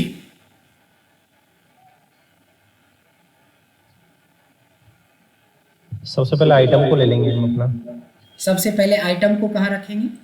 अपना रो में रखेंगे, रो में रख लिया, वेरी गुड। और अपना कॉस्ट को अपना इसमें रख लेंगे कॉलम वाइज में। कॉस्ट को कॉलम में नहीं रखेंगे, कॉस्ट को सॉरी, वैल्यूज में रखेंगे। वैल्यू में रखेंगे। ठीक है, ठीक है। और फिल्टर में अपना पटने को ले लेंगे ऊपर, फिल्टर सिटी को ले लेंगे फिल्टर में, फिल्टर में लेंगे, और फिर यहाँ से यहाँ पे पटना फिल्ट्रेशन को में सिलेक्ट करें, पटना को पटना को सिलेक्ट सिलेक्ट करें। करके दैट्स ठीक है। तो इस तरीके से आप देख सकते हैं कि कैसे हम लोग रिपोर्ट बना सकते हैं। इसके बाद आता है कि जब कभी आपने कोई रिपोर्ट बनाई हो, चाहे सिटी वाइज बनाई हो या पर्सन वाइज बनानी हो, प्रोडक्ट वाइज बनाई हो, आपके यहाँ पे सेल्स दिखा रहा है 39,21,385। लेकिन कल के डेट में अगर आपके डेटा में किसी तरह के सेल्स के अंदर कोई चेंजेज आ जाते हैं, मैंने यहाँ चेंज कर दिया, यहाँ पे चेंज कर दिया, मैंने यहाँ पे चेंज कर दिया, काफ़ी सारी चेंज करी, लेकिन आपके रिपोर्ट में कोई फर्क पड़ा नहीं पड़ा। So what we can do is just right click and refresh. Refresh करते ही आपकी वैल्यू अपडेट हो जाती है। तो कभी भी किसी भी तरह का आपको डेटा के अंदर किसी भी चेंजेज आएंगे तो आप उसको रिफ्रेश करके you will get the data. All done. Next आता है जिसको हम लोग बोलते हैं वैल्यू फील्ड सेटिंग। शायद इसके बारे में आपको बिल्कुल भी पता नहीं होगा। अगर मान लो कि मैंने एक पाइवट टेबल क्रिएट करा है, आइटम वाइज क्रिएट करा है, सेल्स, कहते हैं कि सेल्स को हम एक बार ले जाएं या 5 बार ले जाएं या 10 बार ले जाएं, वैल्यू तो बदलने वाला है नहीं, रिपोर्ट तो हर बार वही देगा हमें। ये चीज़ें चाहे आप एक बार ले लो इसको या 5 बार डाल दो, हर बार रिपोर्ट सेम ही मिलेगा। क्वेश्चन है कि हमारे काम का सिर्फ इतना ही तो है, ये बाकी तो रिपीट हुई है। लेकिन हम सेकेंड कॉलम पे जाते हैं, राइट क्लिक करेंगे, there is option call value field setting. Value field setting में जाएंगे और यहाँ पे आती है, देखो काउंट का ऑप्शन। पहले सम था बाय डिफॉल्ट, हमने काउंट करवा दिया। अब देखो ये इस रिपोर्ट की वैल्यू बढ़ गई। पहले सिर्फ ये था कि लैपटॉप 1,80,000 का बिका है, बट अब ये भी बता रहा कि कितने पीस बिके। एप्पल की सेल 47 लाख प्लस है, इसके लिए 209 सेल्स हुई है, यानी कि यहाँ पे सम ऑफ सेल्स है, यहाँ पे काउंट ऑफ सेल्स है। इसी तरीके से वैल्यू फील्ड सेटिंग में जाके आप एवरेज लगा देंगे तो एवरेज ऑफ सेल्स निकल आएगा। इसी तरीके से आप वैल्यू फील्ड सेटिंग में मैक्स लगा देंगे तो मैक्सिमम सेल्स आ जाएगा। अगर इसी में जाके मिन लगा देंगे तो मिनिमम सेल्स हमें शो करने लगे। आप देखो कितनी सारी एनालिसिस एक बार में आप कर सकते हो कि लैपटॉप की टोटल सेल्स कितनी है, तो 4, टोटल कलेक्शन कितने हैं, ये एवरेज सेल्स क्या है, मैक्सिमम सेल्स क्या है, मिनिमम सेल्स क्या है, everything you can find out. Yes, 2 लोगों का हाथ उठा हुआ है, बताएंगे कि कौन कौन लोग हैं आप? Can you repeat this value field setting just which you told right now? Definitely. महिमा आपकी भी कुछ सवाल है या स्टिल आपकी हाथ उठी ही है शुरू से? अगर आपके सवाल नहीं है तो आप हाथ को नीचे कर सकते हो, अदरवाइज कंफ्यूजन रहेगा।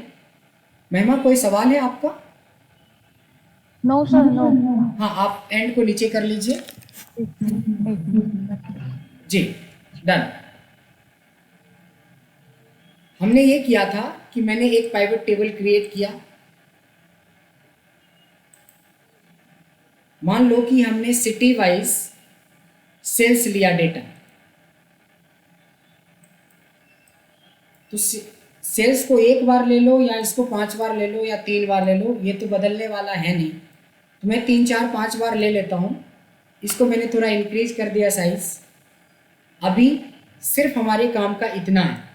अगर मेरे को इन सबको भी एनालिसिस के लिए यूज करना है, जैसे मैंने क्या बोला, तो टू समराइज और एनालाइज, देखो ये एनालिसिस का पार्ट है कि पटना में जो इतनी सेल हुई है इसके लिए कितनी बार सेल हुई है। तो right click, value field setting and then count.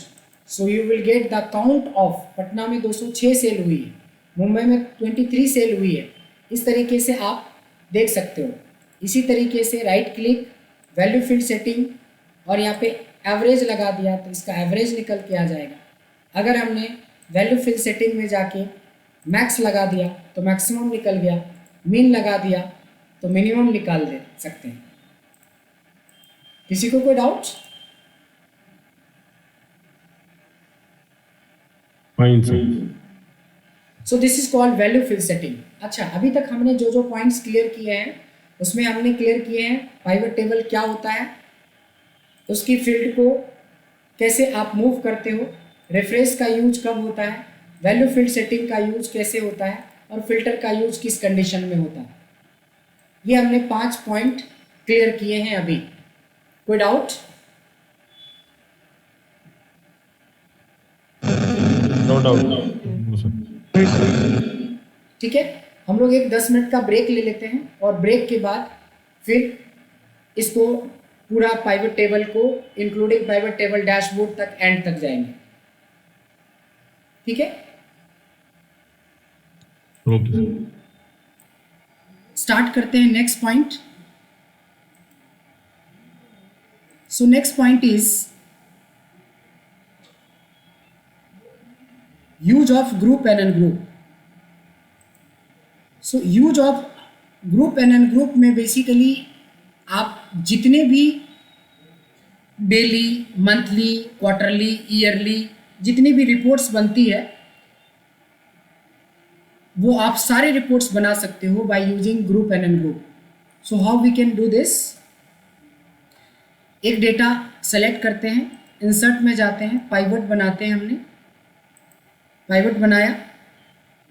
Pivot बनाने के बाद आप देखेंगे कि जब कभी भी daily, weekly, monthly, quarterly, yearly इस तरह की रिपोर्ट्स बनानी हो तो हमारे डेटा में डेट फील्ड का होना मैंडेटरी है। क्योंकि हाउ यू कैन सेग्रीगेट, कैसे आप उसको सेग्रीगेट करेंगे? तो हम लोग डेट का यूज करेंगे।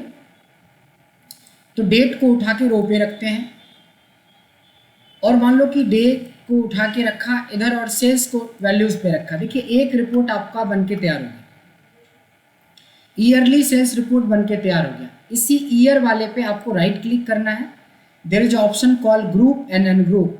तो ग्रुप में जाएंगे, अगर हमने मंथ कर दिया तो देखिए मंथली रिपोर्ट्स बनके तैयार हो गया। इसी में जाएंगे, ग्रुप पे क्लिक करेंगे, अगर हमने क्वार्टर कर लिया तो क्वार्टरली रिपोर्ट्स बनके तैयार हो गया। इसी में अगर हमने ग्रुप में जाके ईयरली कर लिया तो ईयरली तैयार हो गया।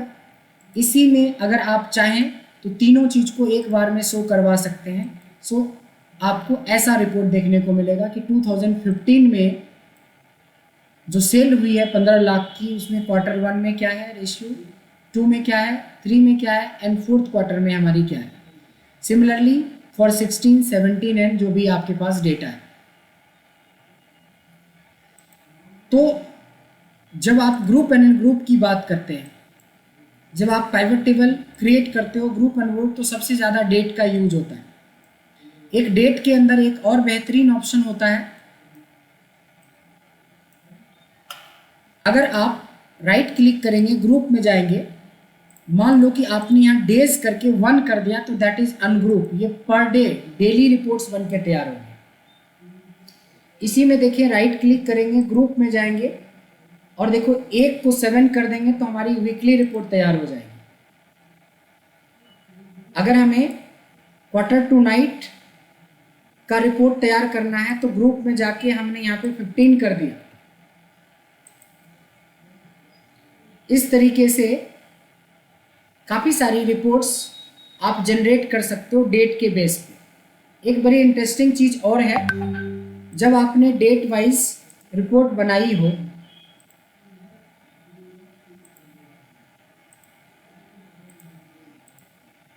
मान लो कि आपने डेट वाइज रिपोर्ट्स बनाई हो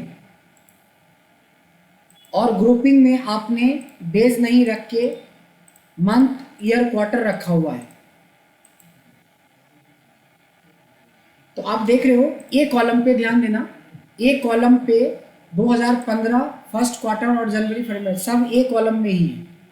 इसी के ऊपर राइट क्लिक करेंगे, पाइवट टेबल ऑप्शंस होता है और यहाँ डिस्प्ले में एक ऑप्शन होता है क्लासिक पाइवट टेबल लेआउट। कहाँ होता है फिर से देखते हैं, right click, pivot table options, उसके अंदर डिस्प्ले, उसमें होता है क्लासिक पाइवट टेबल। अगर ये लेआउट को आप ऑन कर देते हो तो आप देखोगे कि जो एक ही कॉलम में सब दिख रहा था, अब ये थोड़ा विजुअलाइजेशन इतनी ज़्यादा बेहतर हो गई है।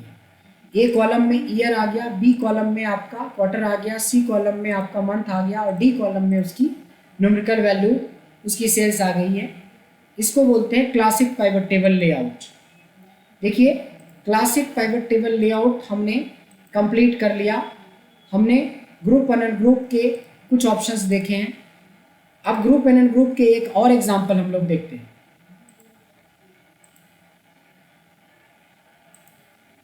ग्रुप एंड ग्रुप के अंदर सपोज मैं बात करता हूं कि हमने सपोज इसमें से वीक नंबर लिया है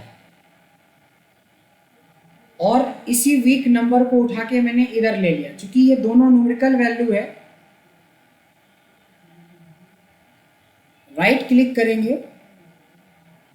वैल्यू फील्ड सेटिंग में जाएंगे और इसको सम की जगह पे काउंट करवाते हैं। थोड़ा सा ध्यान देंगे कि पहली वीक में हमारी 22 सेल्स हुई है, जबकि सेकेंड में 34, थर्ड में 26 सेल्स हुई है। ये एक सिंपल रिपोर्ट है जिसमें कि वीक वाइज कितनी सेल्स हुई है इसका रिपोर्ट है। अगर मैं इसी में जाके ग्रुप करता हूँ तो आप मल्टीपल ग्रुप को एक लेवल दे सकते हो। जैसे हर एक 5 वीक या 4 वीक पे आप रिपोर्ट देखना चाहते हैं। देखो 1 से 4 वीक में 107 सेल्स हैं, 5th वीक से 8th वीक के बीच में इतने हैं, 9 to 12 में इतने हैं। तो हम सिर्फ डेट का नहीं नंबर का भी ग्रुपिंग कर सकते हैं। और जो अब मैं बताने जा रहा हूँ वो बहुत इंटरेस्टिंग है कि अगर मेरे को किसी ने बोल दिया कि भाई 17वें से 20वें वीक में जो 98 सेल है वो कौन कौन से सेल्स हैं, 17 to 20 वीक में जो सेल हुई है वो 98 सेल हुई है, बट कौन कौन सा सेल हुआ है कुछ नहीं करना है, इस 98 के ऊपर डबल क्लिक करना है। आप देख सकते हो कि ये सारे के सारे सेल्स उसी डेट के बीच का होगा। ये अलग से एक सीट हमें मिल जाती है। फिर से दिखाता हूँ, मान लो पहले से चौथे वीक का सेल 107 है, इसका अलग से एक डिटेल चाहिए तो डबल क्लिक करेंगे, एक डिटेल बन जाएगा। ये बिल्कुल पाइवट टेबल का हिडन फीचर है और ये एक बेहतरीन फीचर है। इसके बारे में भी हमने यहाँ पे पॉइंट जिक्र किया है। ये देखिए यहाँ पे लिखा है कि double click on report data and get separate sheet for that item in detail. जी अभिषेक कुछ पूछ रहे हैं? Sorry sir, I missed this. Suppose हमने एक रिपोर्ट बनाई थी अभी city wise sum of how you get that weekends वाला। यस यस, हां, we have a data of weekend. So suppose हमने क्या किया, एक पाइवट टेबल क्रिएट करा,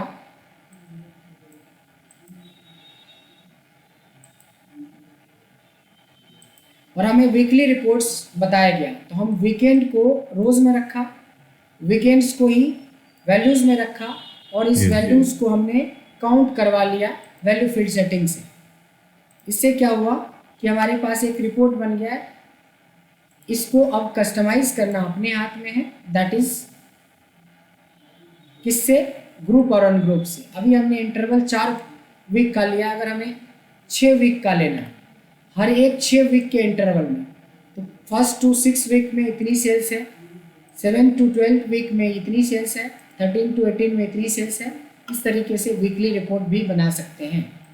और अगर हमें उस पर्टिकुलर 151 का एक रिकॉर्ड चाहिए तो डबल क्लिक करने से एक नई शीट सिर्फ उसी वीक या उसी रेंज का बन जाता है जो ये रिपोर्ट यहाँ पे आपको बता रहा है। किसी को कोई डाउट? Okay sir. अब आ जाती है कि कभी भी कहा जाता है कि कभी भी आप पाइवट टेबल बनाते हो और आपको पता है कि पाइवट टेबल में दो तरह से पाइवट टेबल बनाते हैं। एक बनाते हैं जब हमारी पाइवट टेबल में डेटा फिक्स है, एक होता है डेटा हमें रोज बढ़ेगा, नीचे उम्मीद है कि हमें रोज थोड़ा थोड़ा डेटा बढ़ जाएगा। तो क्लासिक पाइवट टेबल,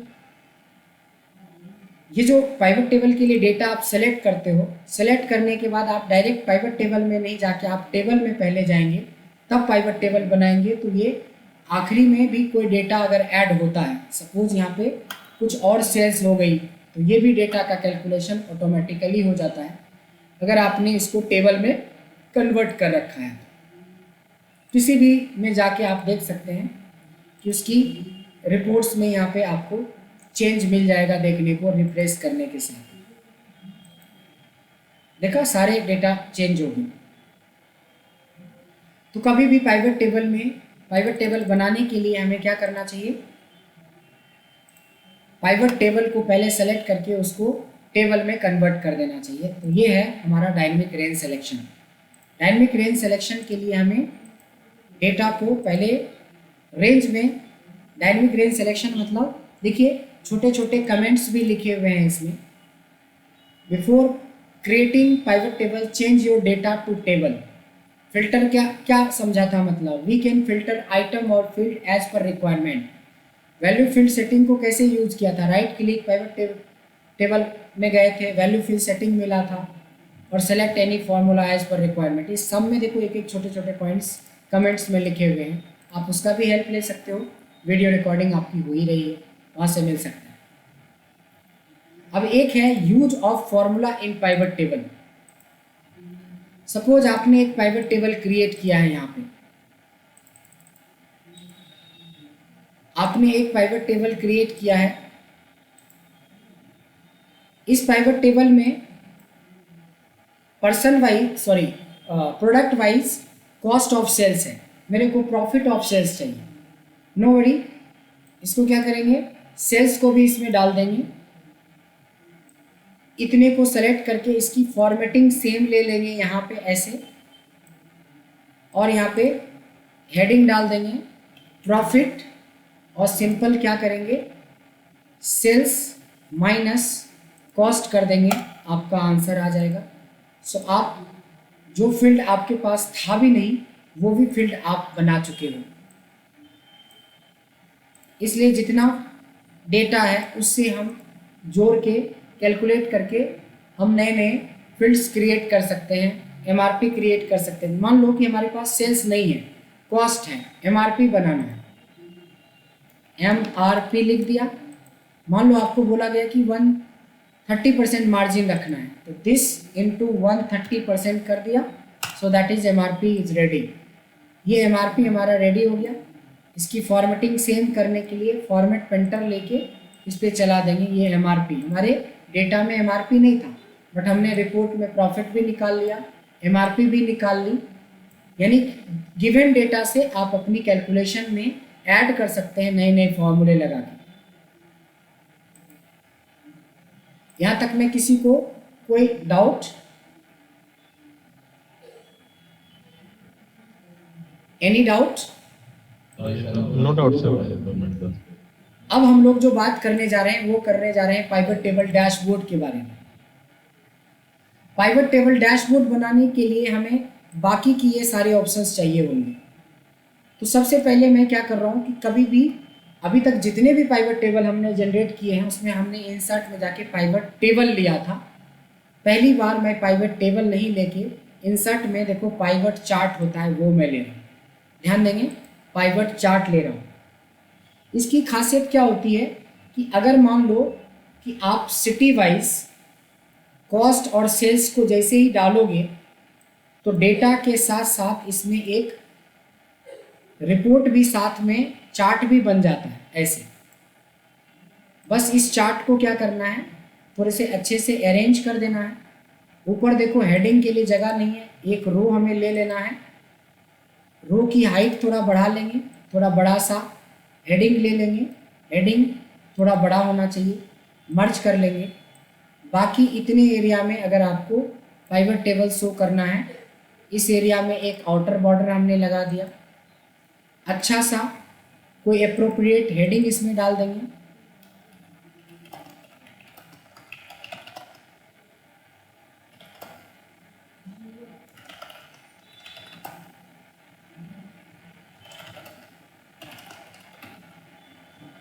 कुछ इस तरह से एक बढ़िया सा एक हेडिंग आपको अप्रोप्रिएट हेडिंग का यूज कर लेना है।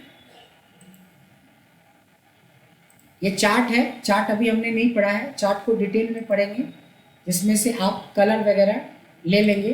जब हम चार्ट डिटेल में पढ़ेंगे तो हमें आधे घंटे चार्ट के लिए चाहिए।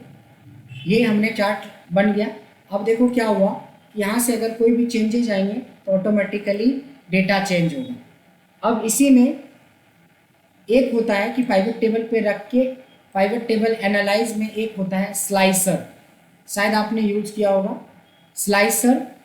यहाँ पे देखो ऑलरेडी आप सिटी ले रखे हो, तो मैं सिटी के बजाय वीक नम ले लेता हूँ, सेल्स पर्सन ले लेता हूँ, आइटम ले लेता हूँ, 2-3 इसमें से ले लेता हूँ स्लाइसर। इस स्लाइसर को क्या करेंगे, यहाँ पे एडजस्ट कर देंगे, एक के बगल में एक एडजस्ट कर देंगे ऐसे।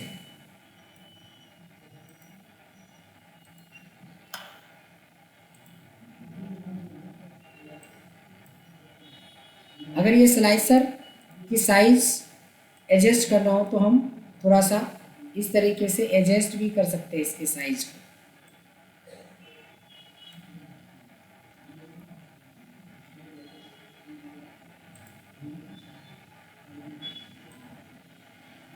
कम करना हो, ज़्यादा करना हो, इस तरीके से एडजस्ट कर सकते हैं।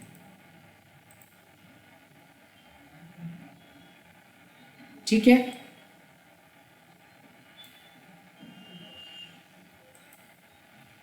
अब देखिए इसकी हाइट पे ध्यान देंगे तो थोड़ा आगे हो रहा है, मैं इसको थोड़ा सा हाइट वगैरह को सेट कर देता हूँ।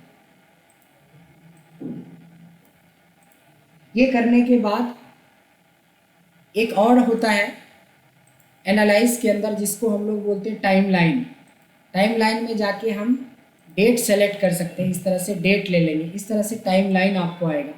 अब चाहो तो यहाँ से लेके यहाँ तक ऐसे इसको फैला लो जहाँ तक आपका डेटा है।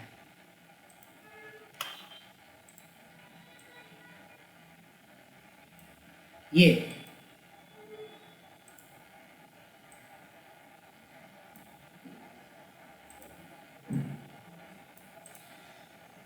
बोलोगे सर इससे क्या फायदा मिला हमें?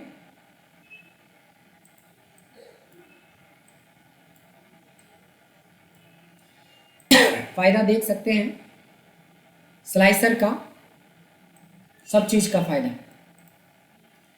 अगर मैं एप्पल करता हूं तो सिर्फ एप्पल का रिपोर्ट बन गया, एलजी करता हूं तो एलजी का बन गया, वीवो करता हूं तो वीवो का बन गया, वन प्लस करता हूं तो वन प्लस का बन गया। सबका देखना है तो क्लियर कर देंगे।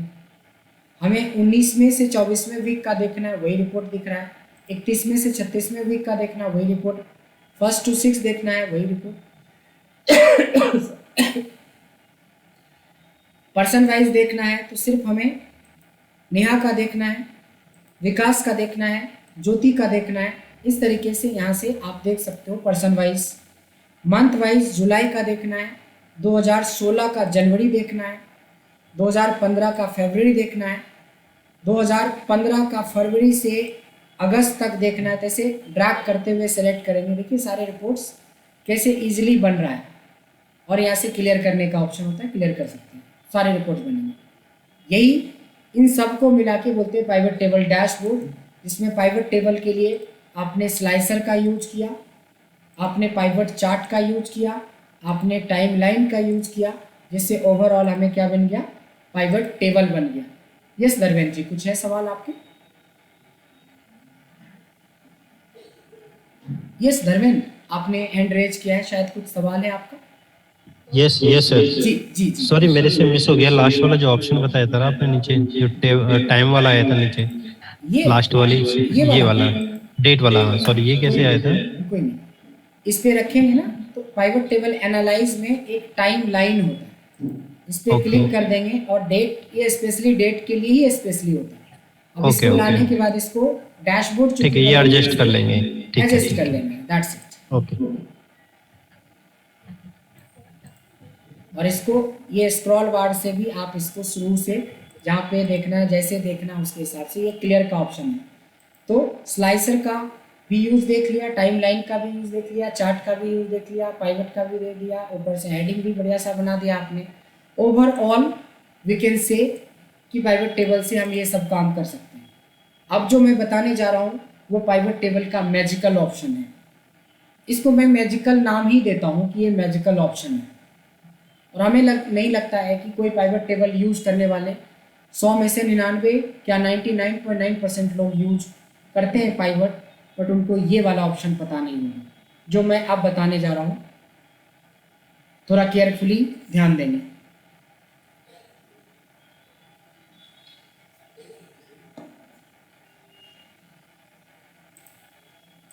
सपोज मैंने बोला आपसे हमें उतने पाइवट टेबल चाहिए जितनी हमारी सिटी, ध्यान देंगे, हमें उतने पाइवट टेबल चाहिए जितनी हमारी सिटी है, और हर एक सिटी का एक अलग पाइवट टेबल चाहिए जिसमें आइटम की पूरी डिटेल्स हो कि कितनी सेल्स हुई। जो बात मैंने बोला वही हमने अभी फिक्स किया है ना डेटा में, हाँ या ना? जी जी। इतना तो आप करोगे हर बार, और एक स्टेप और लोगे कि आपको बोला जितनी सिटी है उतना पाइवट बनाओ। तो एक पटना के लिए इतना काम करना पड़ेगा, इतना ही नहीं, इसकी रीनेम भी तो पटना लिखना पड़ेगा ना आपको, तभी तो आपका जो कभी भी आप आएंगे तो डायरेक्ट पटना पे आ सकते हो। मतलब एक पाइवट टेबल दोबारा से आप क्रिएट करोगे, ध्यान देंगे,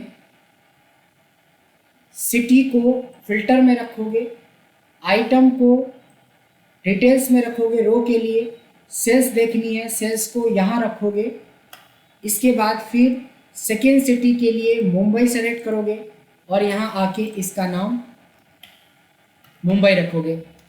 यानी कि जितनी सिटी उतना पाइवट टेबल बनाने को हमने बोला।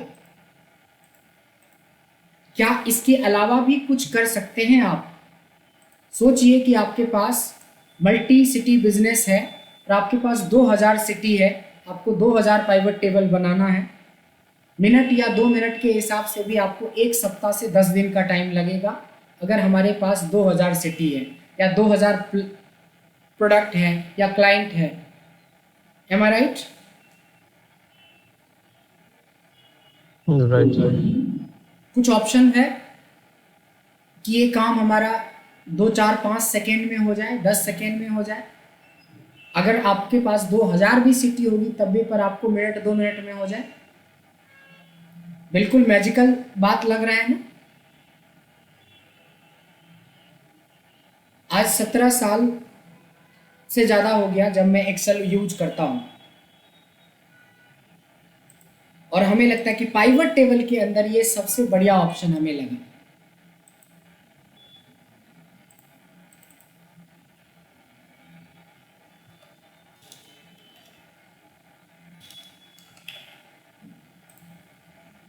सबसे बढ़िया फीचर लगा ये पाइवट टेबल के अंदर। और इंटरेस्टिंग बात है कि 20,000 से ज़्यादा स्टूडेंट्स को पढ़ा चुका हूँ, और ये भी बात है कि अभी तक किसी के पास ये वाला ऑप्शन, किसी को आइडिया भनक तक नहीं है कि ये ऑप्शन हो सकता है। और सिर्फ हमारे लिए 2 से 4 सेकेंड का ही काम है, इसमें कोई बहुत बड़ा काम नहीं है। पलक झपकते होगा सब कुछ, इसलिए बहुत ध्यान से देखना पड़ेगा। क्लियर है? सबसे पहले चाहे एक सिटी की बात हो या 50 सिटी की बात हो या 5000 सिटी की बात हो, इतना काम तो आप करेंगे ना? यस या नो?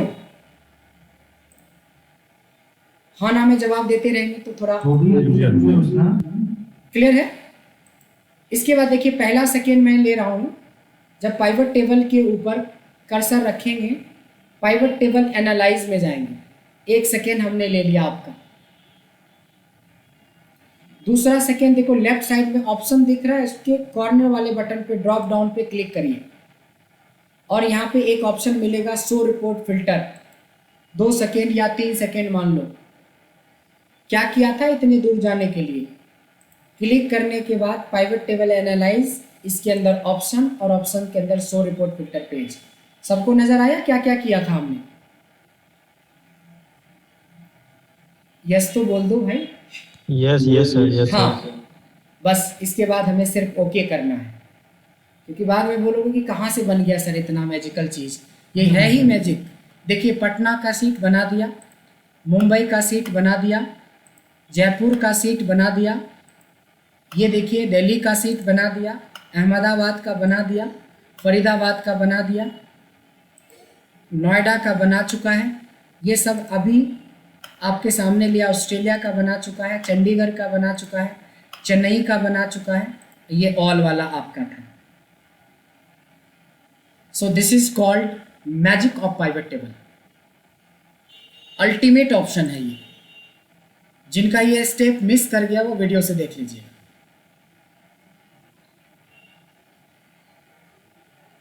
और ट्रेनिंग के टाइम में ना थोड़ा पेशेंस रखने की जरूरत है।